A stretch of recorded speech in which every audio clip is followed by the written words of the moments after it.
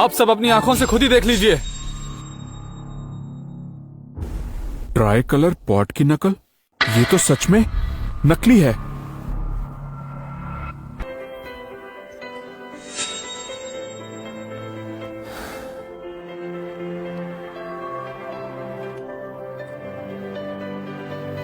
सबके सब फ्रॉड लोग हैं। एंटीक स्ट्रीट पे 90% जो सामान है वो ज्यादातर नकली है।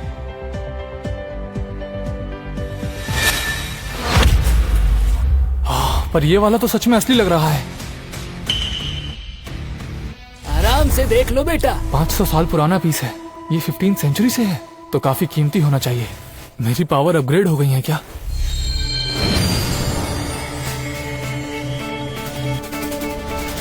अब जब मैं लिविंग थिंग्स को देखता हूँ तो मुझे उनकी जिंदगी और मौत दिखाई देती है, और जब मैं लाइफलेस चीजों को देखता हूँ तो मुझे उनकी एज दिखाई देती है।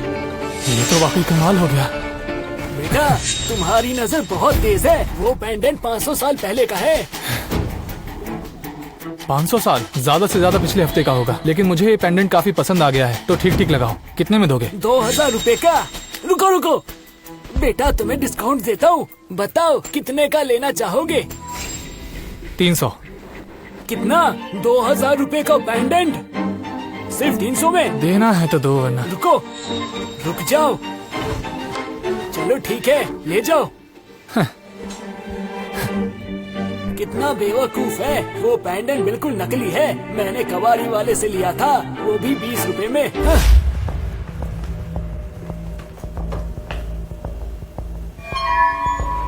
सिर्फ दूर से देखना, पर हाथ मत लगाना, वो सब बहुत महंगे हैं। जरा सुनिए सर, मेरे पास एक एंटीक चीज है, क्या आप देखना चाहेंगे? क्या कहा? तुम जैसे गरीब के पास कौन सी एंटीक चीज होगी?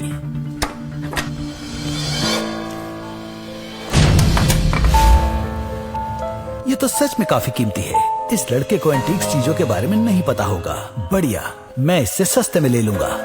बेटा ये पेंडेंट सच में काफी कीमती है। 200 साल पुराना है, लेकिन मेरे पास ऐसे बहुत सारे हैं। ठीक है, मैं तुम्हें इस पेंडेंट के 5000 दे सकता हूँ। रुको रुको रुको, मुझे बेवकूफ मत बनाओ। क्या हुआ बेटा, ज्यादा लालच मत करो। ये सिर्फ 5000 का पेंडेंट। पहली बात, ये 15th सेंचुरी का पीस है। दूसरी बात, ये एक रेयर पीस है। और तीसरी, ये 1,80,000 का है। खरीदना चाहते हो तो बताओ। ये कैसे हो सकता है कि इसे इस पेंडेंट के बारे में इतना कुछ पता है? अरे रुक जाओ, मैंने तुम्हें हल्के में ले लिया। 1,80,000 इसके बदले में दे दूंगा। 1,80,000 अकाउंट में ट्रांसफर हुए। अब मैं मॉम का ट्रीटमेंट शुरू करवा सकता हूँ और अपनी इस स्पेशल पावर से आयशा और राजवीर से अपना बदला भी ले सकता हूँ।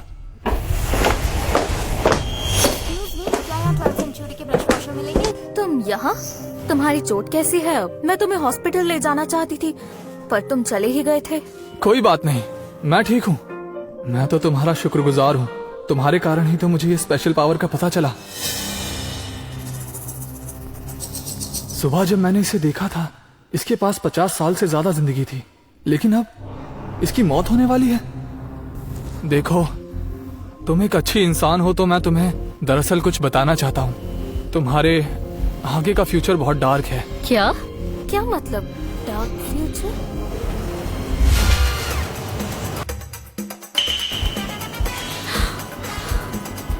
अरे मेरा वो मतलब नहीं था। मेरे कहने का मतलब है कि आने वाले 10 मिनट में तुम मर जाओगी। सुबह चेहरे को हाथ लगाया और अब मेरी मौत का प्रेडिक्शन कर रहे हो? तुम खुद को समझते क्या हो? तुम कोई पंडित या ज्योतिषी हो? अच्छा, अब तुम कहोगे कि मौत से बचने के लिए कोई प्रोटेक्टिव चार्म खरीदो जिसकी कीमत लाखों में होगी। ये पैसे लूटने की नई स्कीम हम पर काम नहीं करेगी। हाँ तो ठीक है, मत मानो। ये रहा तुम्हारा सामान। इस ब्रश वॉशर को अच्छे से रखना। मैम, आप उस फ्रॉड की बातों को लेकर इतना क्यों सोच रही हैं? दादाजी ने भी कहा था कि 23 साल की उम्र में मुझ पर कोई मुसीबत आएगी। सुनो, मुझे कुछ ठीक नहीं लग रहा है। थोड़ी देर बाद यहाँ से निकलते हैं। तो मैम अब तो चलिए, हम 10 मिनट से यहाँ बैठे हैं। ऐसे ही बैठे रहे तो बर्थडे पार्टी में जाने में देर हो जाएगी। मुझे लगता है मैंने उस आदमी की बातों को कुछ ज्यादा ही सीरियसली ले लिया।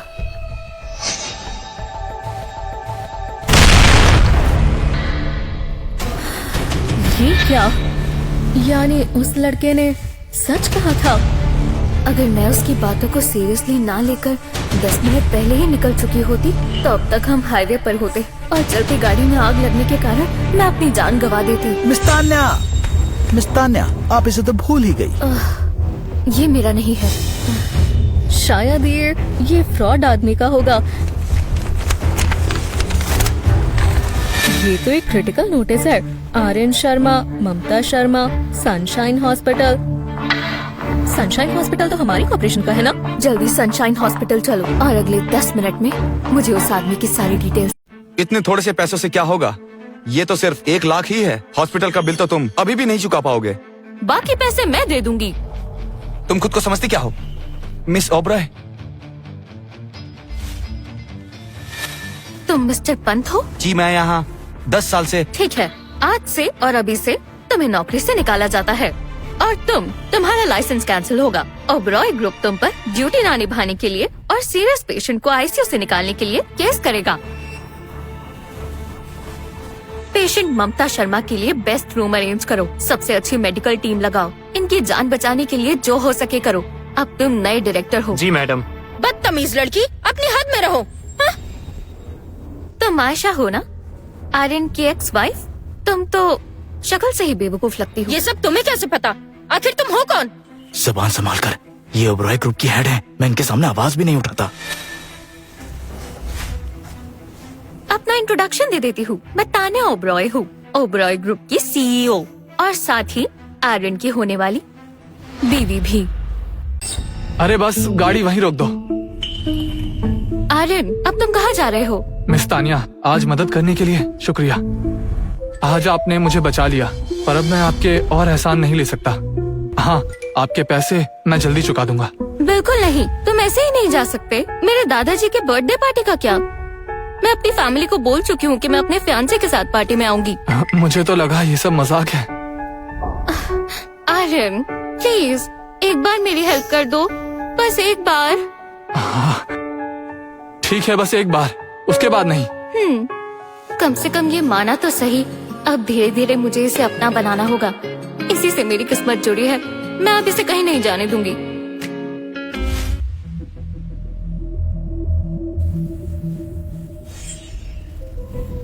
ध्यानचंद जी। हाँ? मुझे ये पसंद है, पैक कर दीजिए।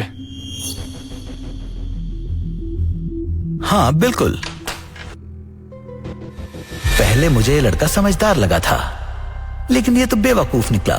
जो चीज बरसों से इस दुकान में पड़ी थी, उस कचरे को ये खरीद रहा है। इस पुरानी चीज के 10,000? मैं तो इसके 10 रुपए भी ना देती। अब जो भी हो, एक बार ये बिक गया है तो वापस नहीं लिया जाएगा। देखा आपने, इसकी हंसी ही बता रही है कि इसने हमें ठग लिया है। अगर मैं सर के लिए ऐसा गिफ्ट लेकर जाती ना, तो सब जोर जोर से मुझ पर हंसते। कुछ भी बोल रही है। अब मैं सिर्फ किसी चीज की उम्र ही नहीं, बल्कि लोगों की बॉडी के अंदर मेरिडियंस भी देख सकता हूँ, और शायद जिससे मुझे उनकी बीमारियों का पता चल जाएगा। अब बस भी करो। गिफ्ट के पैसे नहीं, उसके पीछे की नियत देखी जाती है। आप तो अभी से उसकी तरफदारी करने लगे। आप जानती है ना परिवार में आपकी क्या हालत है।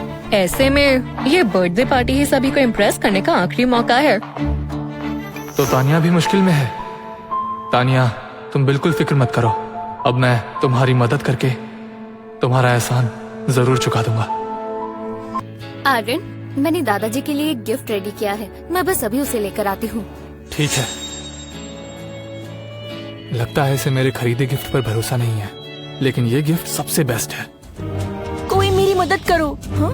ये तो ओबरॉय फैमिली का पुराना क्लिनिक है। प्लीज मेरी मदद करो। आज क्लिनिक बंद है, जाओ यहाँ से। भैया, बच्चे की जान का सवाल है, मैं देख लेता हूँ।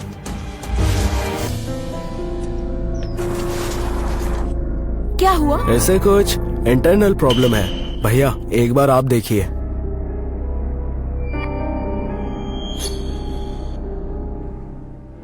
इसे तो एक रेयर डिजीज है, इसका इलाज यहाँ नहीं हो सकता। मेरी मेडिकल नॉलेज के हिसाब से मुझसे ये केस हैंडल नहीं होगा। मैं आपसे भीख मांगती हूँ। डॉक्टर ही भगवान का रूप होते हैं। प्लीज मेरे बच्चे को बचा लीजिए। ओबरॉय डॉक्टर्स किसी पेशेंट का इलाज तभी करते हैं जब ठीक होने की पूरी गारंटी हो। अगर हम फेल हो गए तो हमारी मेडिकल हिस्ट्री की सारी रेपुटेशन खत्म हो जाएगी।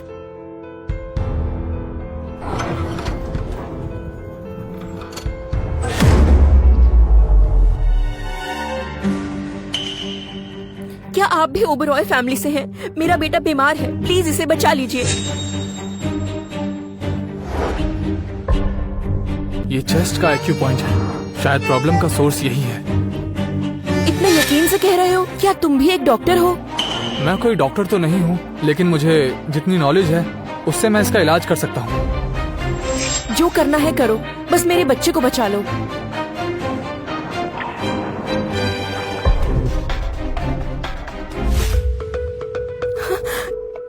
तुम्हें होश आ गया? देखा, अब ये खतरे से बाहर है। बहुत बहुत शुक्रिया। मैं आपका नाम जान सकती हूँ? आपने मुझ पर बहुत बड़ा एहसान किया है। मेरा नाम आर्यन है। मैंने ज्यादा कुछ नहीं किया है। ये अभी ठीक है, लेकिन आप इसे जल्द से जल्द हॉस्पिटल ले जाइए, वहाँ इसका प्रॉपर ट्रीटमेंट होगा।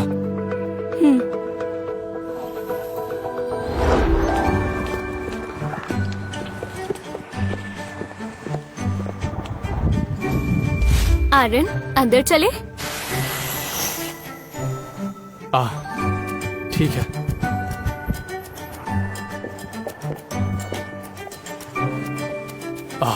तान्या, तुमने कहा था तुम अपने फियांसे को आज अपने साथ लाने वाली हो। क्या यही वो लड़का है?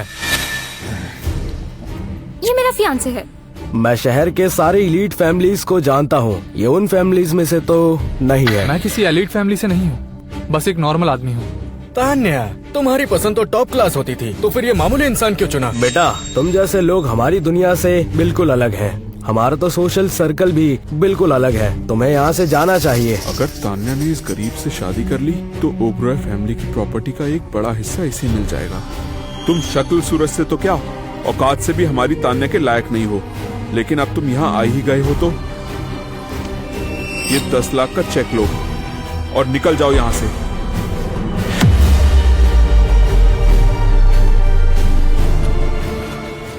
सुनिए मस्तानिया, मैंने कहा था ये किसी काम का नहीं है। फिलहाल तुम चुप रहोगी तो अच्छा रहेगा। क्या हो गया? पैसे कम लग रहे हैं क्या? अपनी पूरी जिंदगी में तुमने इतने पैसे नहीं देखे होंगे। ये पूरे 10 लाख का चेक है। तुम्हारी औकात के हिसाब से ये भी ज्यादा है। बस कीजिए, आप लोग मेरे फियांसे आर्यन से इस तरह बात नहीं कर सकते। तान्या, मैं तुम्हारा अंकल हूँ, ऊंची आवाज में मत बोलो। आपकी रिस्पेक्ट करती हूँ तभी आपको झेल रही हूँ, वरना अब तक ब्रांच की अलाउंस कट कर चुकी होती। आपकी ब्रांच के सालाना खर्च 30 लाख रुपए है, जो मैं पास करती हूँ। मिस्टर हरीश ओबरॉय आ रहे हैं।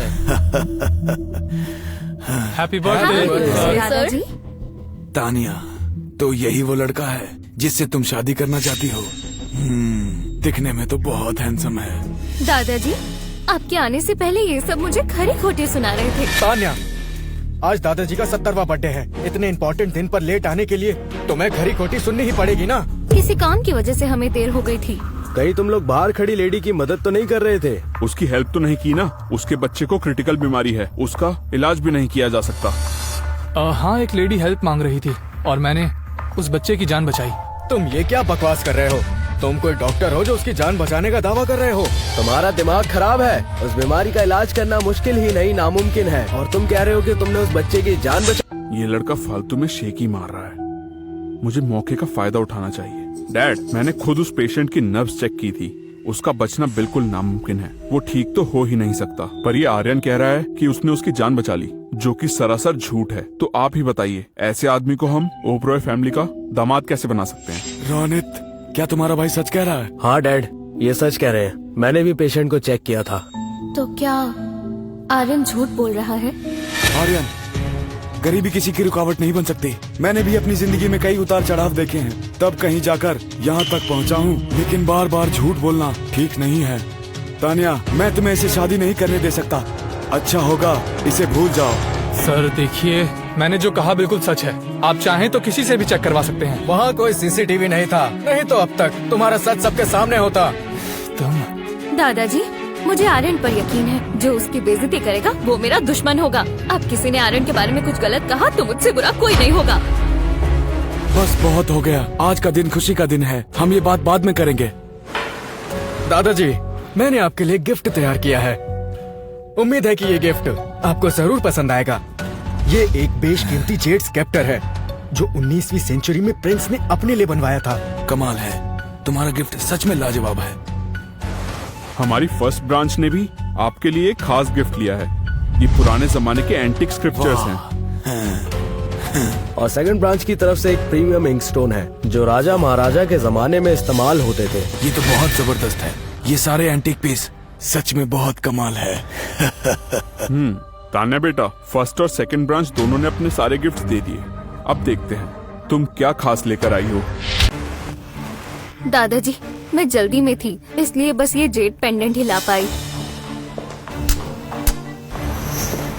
ये जेड पेंडेंट देखने में तो अच्छा है, पर हमारे दिए हुए गिफ्ट्स के सामने कुछ भी नहीं है। दादाजी की लाडली होकर भी तुम सिर्फ एक मामूली सा जेड पेंडेंट लाई हो। ठीक है, मैं ये भी रख लेता हूँ। तानिया, मेरे पास भी एक गिफ्ट है। तुम्हें वो बेकार गिफ्ट दिखाने की जरूरत नहीं है।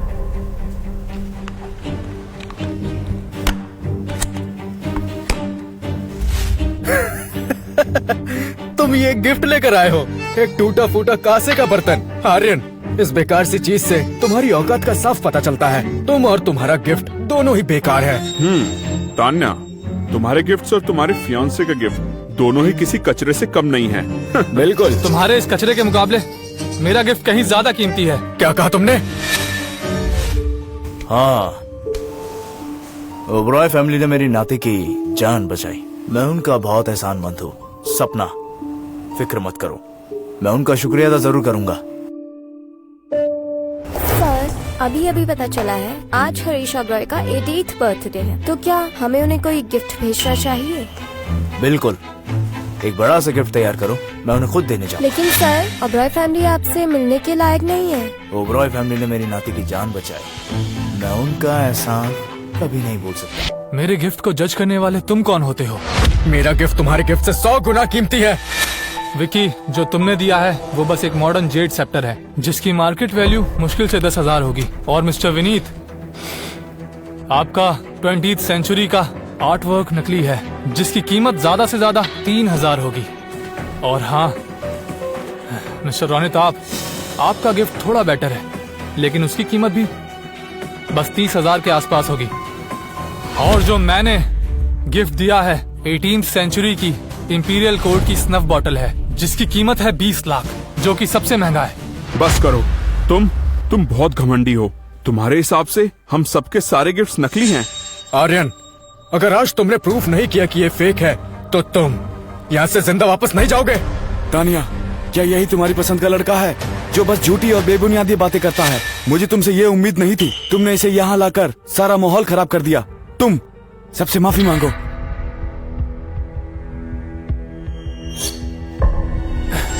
तानिया, तुम्हारी कोई गलती नहीं है। तुम निकल जाओ यहाँ से।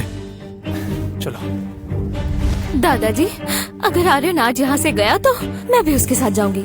तानिया, तुम्हारे पेरेंट्स दुनिया में नहीं है। मैंने तुम्हारी देखभाल की है, कंपनी की बागडोर भी तुम्हें सौंपी और तुम्हें इतना प्यार दिया, और आज तुम मुझे घर से जाने की धमकी दे रही हो, वो भी इस घटिया, निकम्मे और झूठे लड़के के लिए। दादाजी, अभी शादी भी नहीं हुई है तो इसका ये हाल है। अगर शादी हो गई तो ओबरॉय ग्रुप का नाम कहीं आर्यन ग्रुप ना हो जाए।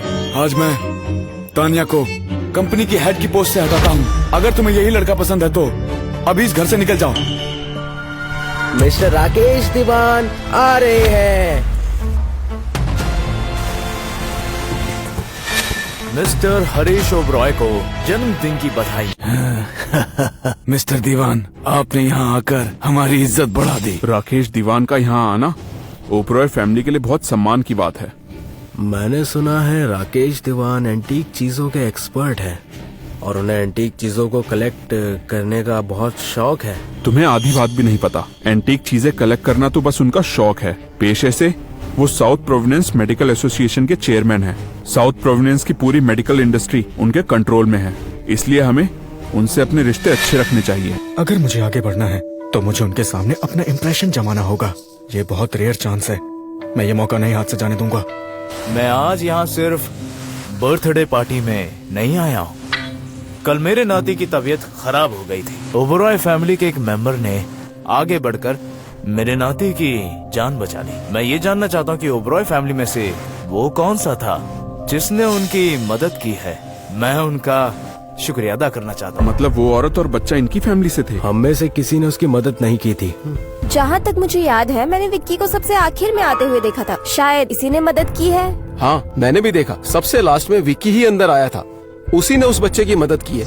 विकी ने शायद देखा होगा कि हम कुछ नहीं कर पा रहे, इसलिए बाद में रुककर इनके नाती को बचाया है, ताकि हमारी फैमिली की रेपुटेशन बच जाए और हमें शर्मिंदगी महसूस ना हो। भाई, तुम्हारा बेटा सच में कमाल का है। ये ओबरॉय फैमिली को बहुत आगे लेकर जाएगा। मैं तुम्हारी बात से पूरी तरह सहमत हूँ।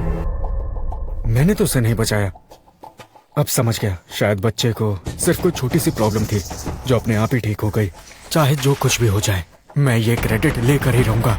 जब दादाजी को पता चलेगा कि मैंने उसे बचाया है तो वो मुझसे इम्प्रेस हो जाएंगे। फिर वो ओबरॉय ग्रुप का CEO मुझे बना देंगे। सही कहा डैड। उस वक्त मुझे थोड़ा डाउट हुआ था, इसलिए मैं वहीं रुक गया था और उसका इलाज किया। मुझे बिल्कुल अंदाजा नहीं था कि वो आपका ही पोता है।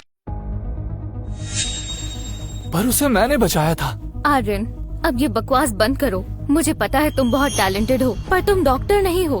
तुम उसे कैसे बचा सकते हो? तुम्हें भी मुझ पर यकीन नहीं है क्या?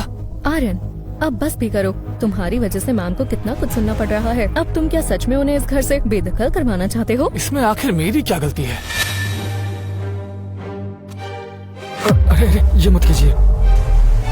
मेरे नाती की जान बचाने के लिए बहुत बहुत शुक्रिया। आगे से तुम्हें कुछ चाहिए हो तो मुझसे कहने से घबराना मत। विक्की, हमने नहीं सोचा था कि उस बच्चे को बचा पाएंगे, लेकिन तुमने कर दिखाया। क्या तुमने हमारी फैमिली की सीक्रेट टेक्निक का यूज किया? हाँ डैड, मैंने उसी सीक्रेट टेक्निक का यूज किया। माफ कर दीजिए। बहुत बढ़िया विक्की, बहुत बढ़िया। तुमने ओबरॉय फैमिली की सीक्रेट टेक्निक को इन बच्चों की जान बचाने के लिए यूज किया। इसके लिए तुम्हें माफी मांगने की कोई जरूरत नहीं। तुमने एक टेक्निक को सीखा भी और अच्छे से यूज भी किया। तुम सच में बहुत काबिल हो। तुम्हारी इस काबिलियत को देखते हुए मैं तुम्हें ओबरॉय ग्रुप का जनरल मैनेजर बनाता हूँ और आगे जाकर तुम ही कंपनी के हेड बनोगे। शुक्रिया दादाजी। मैं ओबरॉय ग्रुप को ऊंचाइयों पर लेकर जाऊंगा। देखा तुमने, अगर तुम नहीं होते तो ये सब नहीं होता। क्या मैंने क्या किया? तानिया, मुझे तुम पर बहुत नाज है, लेकिन तुमने इसे पसंद करके सब बर्बाद कर दिया। ये आर्यन दूसरों का क्रेडिट चुरा लेता है, बड़ी बड़ी बातें करता है, लेकिन अगर तुम अब भी माफी मांगकर इससे रिश्ता तोड़ दो तो मैं तुम्हें एक और मौका दे सकता हूँ। बिल्कुल नहीं।